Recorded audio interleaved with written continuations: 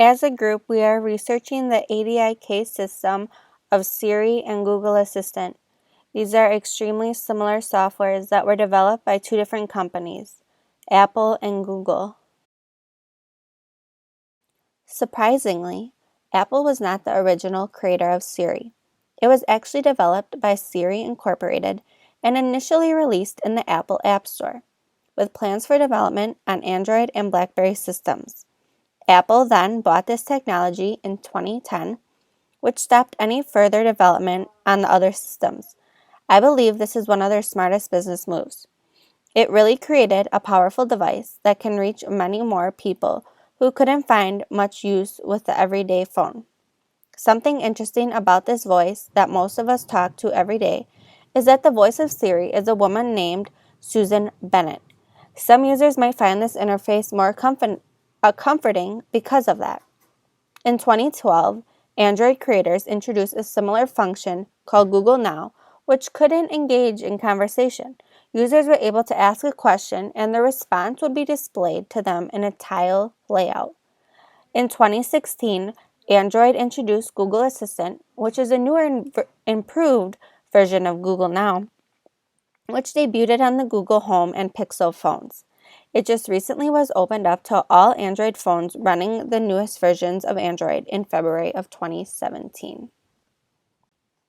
As previously stated, our particular topic is on the technology of Siri, which is related to iPhone, and Google Assistant, which is related to the Android technology. These technologies have arisen from two different platforms. However, they are very similar in function. Some of the key features are having these systems respond to questions a user asks, such as showing the user the news, messages, weather, and more. The image displayed is actually a great example of how a conversation could go. This innovative technology is a brilliant way to assist all sorts of people. It is customizable technology where the language can be changed and voiceover options can be applied for the blind, a hands-free option for those who may benefit from it, and just a great resource for those who may not be able to see well. Overall, this is a helpful tool for a very diverse population. ADIK relies on recent searches from Google Bing search engine, applications that are already pre-installed onto the phone, as well as scheduling tasks, reminders and alarms, and appointments. The information that is gathered is the voice of the user to Siri or Google Assistant, which displays answers to your questions through a user's search history and location currently on the device. It is transmitted through information cards within the iOS system, which gives the initial voice of Siri and Google Assistant. The process is based on the question that is asked or the task that is demanded from the user. For searches, Siri shifts directly from the web to find the information that is asked of the user. Siri is able to compute your location and develop insight on what you might be interested in doing at that moment. For example, if you've been to a gym multiple times and Siri has your location saved, with that data, Siri behind the scenes begins to create a mix of exercise music based on your location. Every time you are at that location, it will suggest for you to play this new mix of music. The two interfaces of these ADIK systems are designed differently, but acquire the same general interface. Both systems use word-based content, displayed in the style of a back-and-forth conversation between the user and the system. A response from each system may communicate new articles, weather, scores of games, Google searches, jokes, and the list goes on. It's important to note that Siri is only available on Apple iOS products such as iPhone, iPad, Apple Watches, and Apple TV. Google Assistant is available on Android phones, Google Home, and soon will be available on TVs. Both of these platforms are extremely useful when it comes to human factors.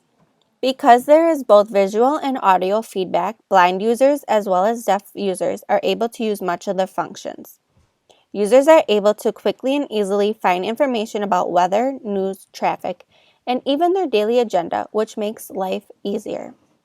One of the most useful features that these systems have in their integration with home automation. With the appropriate equipment, users are able to control parts of their home by just using their voice. They can turn lights on or off and even change the temperature of their home by saying certain commands to Siri or Google Assistant. This can be extremely helpful for disabled users who are not able to navigate around their house very well. It is also cool for lazy users who enjoy using the technology. Users are even able to control their televisions by saying a phrase such as "play Stranger Things on Netflix on my TV" without having to touch the remote. One area these systems can improve on is becoming more compatible with different dialects and accents.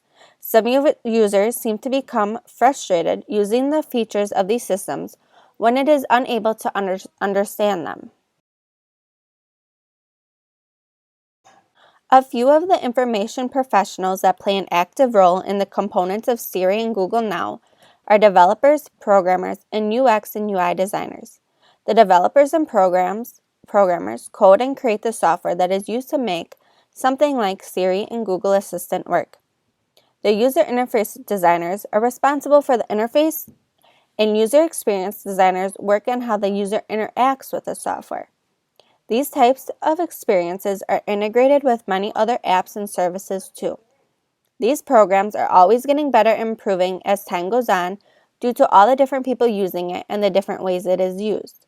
A valuable resource to these companies is that they use the data from everyone's phone to improve their software. The main reason these softwares are so popular is because it is easy to use, user-friendly to the majority of the population, and it comes pre-installed on the device. Since all the software takes to use is speech recognition, as long as one can clearly speak, they can use it. These programs are nice because you can use them hands-free by using the correct phrase of "Okay Google," referring to Google Assistant, and "Hey Siri" when using Apple's product. With these softwares being pre-installed, that also makes it easy to use and popular. One doesn't have to go through any extra downloading or installation. They can take their device right out of the box and start using both right away. The social issues of Siri and Google Assistant mainly revolve around their usability, availability, and privacy. While Google Assist is readily available on the Google Play through Google, it is also pre-installed on many Google products. Siri is a built-in Apple product right from the factory. Both of these products rely on voice commands, with Google Assistant being available on multiple platforms. While both of these systems are available to those who can buy the products that house them, Siri being the far more expensive ADIK system, these can create a digital divide where people with less income might not have enough money to pay for something like an iPhone, and even some Google phones can be incredibly expensive. While these systems can also address some of the social issues, in such cases with physical blindness and other motor skill deficiencies that cripple some in order to operate most systems on a phone, these are unique in that the main form of data transmission and retrieval is through audio inputs and outputs. The social impact of these systems can really benefit the most economically disadvantaged areas of society if properly used. All in all, these are both powerful softwares that people use daily. We wouldn't be surprised if everyone in this room has used one or both of these before. We hope you enjoyed our presentation.